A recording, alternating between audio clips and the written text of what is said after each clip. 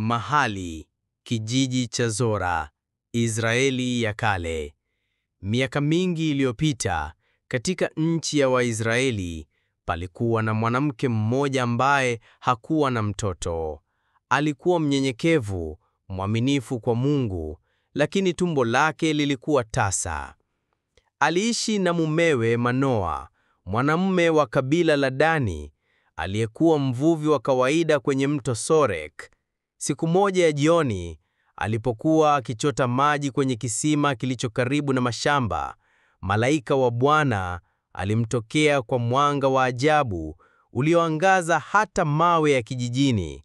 Mwanamke yule alipigwa na butwaa, macho yake yakiwa wazi huku moyo wake ukipiga kwa kasi. "Usiogope," malaika alisema kwa sauti tulivu lakini yenye mamlaka. "Umekubaliwa machoni pa Bwana. Ingawa ulikuwa tasa, utazaa mtoto wa kiume. Mtoto huyo atakuwa mnadhiri wa Mungu tangu tumboni. Atakuwa mtu wa pekee asiyeweza kunywa mvinyo wala kugusa kitu chochote kichafu." Malaika aliondoka kama upepo wa dhahabu, na mwanamke huyo alikimbia nyumbani kwa mumewe Manoa akiwa amejawa na mshangao na furaha. Manoa aliposikia, aliomba Mungu arudishe mjumbe wake ili wathibitishe ujumbe. Mungu alisikia na malaika alimtokea tena mwanamke huyo alipokuwa shambani. Safari hii alikimbia haraka kumuita Manoa. Walipowasili, malaika alithibitisha kila kitu. "Mtoto huyu atakuwa mkombozi wa Waisraeli. Muleni kwa usafi, kumpa maziwa na chakula kisicho najisi. Nywele zake hazitakaa zikatewa wembe. Huyo atakuwa ni mtu wa agano la Mungu." Miezi ilipita na kama alivyoahidiwa, mwanamke huyu alijifungua mtoto wa kiume mwenye nguvu za kipekee. Walimuita Samsoni, jina lililomaanisha mwangaza wa jua. Samsoni alikuwa kwa kasi ya ajabu. Alikuwa mtoto mtulivu lakini mwenye ushujaa mkubwa. Alikuwa tofauti, hata wanyama wa porini walimwogopa. Katika umri wa miaka 7, alimshinda simba mdogo kwa mikono yake. Meno ya simba huyo aliyaweka chini ya godoro lake kama ishara ya ushindi.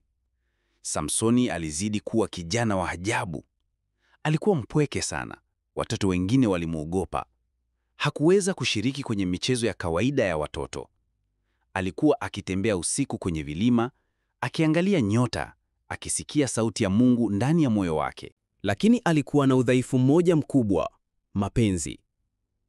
Alikuwa na moyo wa upendo mwingi, na mara kwa mara alijikuta akivutiwa na wanawake wa mataifa mengine, jambo ambalo wazazi wake walilikemea sana. Wakati akiwa kijana wa miaka 20, alitembea kuelekea mji wa Timna. Huko alimuona msichana wa Kifilisti, mrembo mwenye macho ya maziwa, aliyeitwa Tamar. Samsoni alimpenda mara moja. "Nimemwona mwanamke Timna na nataka awe mke wangu," aliwaambia wazazi wake. Lakini wazazi wake walihuzunika. "Kwa nini usimchague binti wa Waisraeli kwa watu wetu?" Samsoni alikataa. Aliamini moyo wake unazungumza kwa kweli.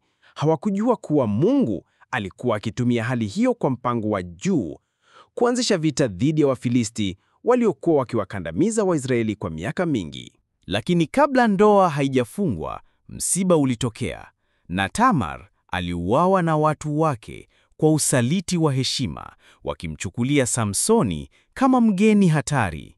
Hasira ya Samsoni iliwaka, na mara ya kwanza katika maisha yake aliamua kulipiza kisasi kwa nguvu za ajabu. Baada ya kifo cha Tamar, Samsoni aligeuka mtu mwingine kabisa. Hasira zake ziligeuka moto usiozimika. Alirudi kijijini kimya kimya, akaomba kuwa peke yake. Usiku wa manane, alitembea hadi shamba la Wafilisti lililokuwa limejaa mashamba ya ngano tayari kuvunwa. Kwa ujanja, alikamata mbweha 300, akawafunga wawili wawili kwa mikia yao, kisha akatia taa za moto katikati ya kila mnyororo wa mikia yao. Alipowaachilia, mbweha hawa walikimbia kwenye mashamba ya Wafilisti na kuchoma kila kitu moto: mashamba, mizabibu na magala. Ilikuwa ni janga kubwa lililowagharimu Wafilisti. Ni Samsoni, mwana wa Dani, ni yeye ameleta uharibifu huu, walipiga kelele kwa hasira. Wafilisti walituma askari kumkamata Samsoni. Walipomkaribia, walimkuta akiwa amekaa juu ya jabali kubwa lenye muonekano wa kifalme, ameshikilia mfupa wa taya la punda mkononi. Walimdharau, wakimwona kama mtu mmoja tu. Lakini Samsoni alisimama, macho yake yakabadilika kuwa kama moto, akaushika ule mfupa kwa nguvu na akaanza kupambana nao.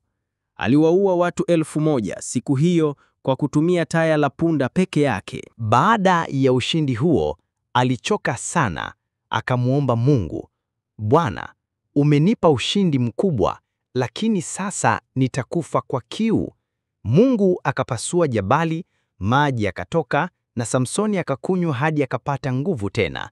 Jina la jabali hilo likaitwa En-Hakore, yaani chemchemi ya mwombaji. Miaka ilipita. Samsoni alikuwa sasa ni mtu mzima mwenye nguvu zisizofanana na yeyote duniani. Alikuwa amewadhalilisha Wafilisti mara nyingi, akiingia miji yao usiku, kuvunja malango ya chuma na kutoka bila kuumizwa hata kidogo. Lakini hapo ndipo alikutana naye, Delilah. Delilah hakuwa kama wanawake wengine, alikuwa mrembo, mwenye sauti ya kupumbaza na macho ya ajabu yaliyovutia hadi moyo wa jasiri ukatetemeka. Alikuwa mwerevu, mcheshi na mvuto wake haukuwa wa kawaida. Samsoni alishindwa kujizuia. Alimpenda. Wafilisti walimjua Delilah. Walimuita kwa siri na kumpa fedha nyingi. Tafuta siri ya nguvu zake. Tunataka kumshinda milele. Delilah alianza kazi yake kwa upole. Kila usiku alipokuwa na Samsoni, alijaribu kumshawishi kwa mapenzi. Mpenzi wangu, niambie, wapi nguvu zako zimefichwa? Nitakupenda zaidi ukiniambia. Kwa muda mrefu, Samsoni alidanganya. Mara akasema nguvu zake zipo kwenye kamba mpya, mara kwenye nywele zake kufungwa kwa mtindo fulani, lakini kila alipojaribu kulala, Delilah aliwaita Wafilisti na Samsoni aliwasambaratisha kama vumbi. Delilah alihuzunika, alilia akasema, wewe hunitaki kweli, huwezi kuniamini, unawezaje kusema unanipenda ili hali hunioneshi moyo wako? Hatimaye, Samsoni alishindwa. Akimtazama kwa upendo, aliweka kichwa chake kwenye mapaja yake, akasema kwa sauti ya huzuni, Siri ya nguvu zangu iko kwenye nywele zangu. Mimi ni mnadhiri wa Mungu tangu kuzaliwa. Zikinyoa tu, nitakuwa kama mtu wa kawaida. Delilah alicheka moyoni. Alimsubiri alale, kisha akawaita wanaume wa Wafilisti waliokuwa wamejificha. Walimnyoa nywele zote, na kwa mara ya kwanza maishani mwake, Samsoni alihisi udhaifu. Samsoni, Wafilisti wanakujia! Delilah alipiga kelele. Alijaribu kuinuka kama kawaida, lakini hakuwa na nguvu. Wafilisti walimkamata, wakamchoma macho yake na kumfunga kwa minyororo ya shaba. Wakamtupa gerezani ambako alisaga nafaka kama mnyama. Lakini hakuna aliyejua jambo moja muhimu. Nywele zake zikaanza kukua tena. Samsoni sasa alikuwa kipofu, mfungwa wa Wafilisti. Walimtesa, wakamcheka na kumdhalilisha hadharani. Alilala kwenye sakafu ya baridi ya gereza la Gaza, akisaga nafaka kwa jiwe kubwa kwa mikono yake minene, huku macho yake yaliyopofushwa yakikumbuka maisha yake ya zamani. Siku zilisonga. Usiku wa manane, Samsoni alilia kwa Mungu, Bwana Mungu wangu, najua nilivuka mipaka, nilikuasi, nilishindwa kudhibiti mapenzi yangu, lakini usinikatae kabisa. Nirudishie nguvu zako mara moja tu, ili nikulipie madhara ya macho yangu. Mungu hakumjibu kwa maneno, lakini alisikiliza. Taratibu, nywele za Samsoni zikaanza kukua. Nguvu yake ya rohoni ilianza kurudi. Roho ya Mungu ilianza kumtembelea tena usiku akiwa peke yake. Wafilisti waliandaa sikukuu kubwa ya mungu wao Dagon katika hekalu kuu lililokuwa limejengwa juu ya nguzo mbili kubwa za mawe. Viongozi, wakuu na wanawake matajiri walijaa humo, wakicheka na kusherehekea ushindi wao dhidi ya Samsoni. Wakaimba, "Mleteni kipofu huyo, atuburudishe," waliamuru. Walimtoa Samsoni gerezani, wakamvuta mbele ya halaiki ya watu 3,000 walioketi juu ya dari na wengine wengi ndani ya hekalu. Walimlazimisha kucheza kama mnyama, wakimcheka, wakimtupia mizoga ya chakula. Lakini Samsoni hakucheka. Alisimama kimya, alinyosha mikono yake, akamwambia kijana mdogo aliyemshika mkono, "Niweke tafadhali karibu na nguzo mbili kuu ili nizishike."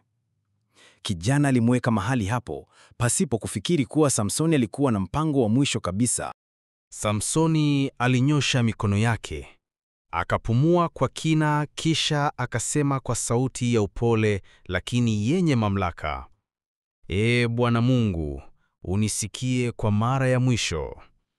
Nirudishie nguvu zako, nami nitakufa pamoja na adui zangu."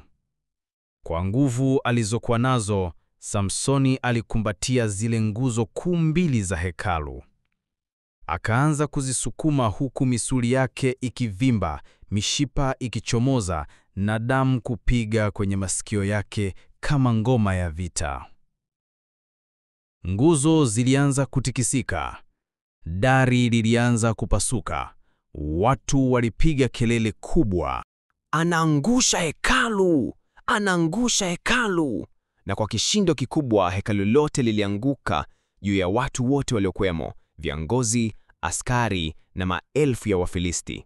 Samsoni alikufa siku hiyo, lakini aliwaua maadui wengi zaidi siku ya kifo chake kuliko alivyowaua katika maisha yake yote. Baada ya siku kadhaa, ndugu zake walikuja kimya kimya, wakauchukua mwili wake kutoka kifusini, wakauzika katika kaburi la baba yake Manoa, katika nchi ya Dani. Samsoni aliheshimika kama mmoja wa waamuzi wa Israel kwa miaka 20. Alikosea, alijikwaa kwa mapenzi na kiburi, lakini mwisho wake ulikuwa wa ushindi. Ushindi wa toba, wa ujasiri na wa kumtegemea Mungu hadi pumzi ya mwisho.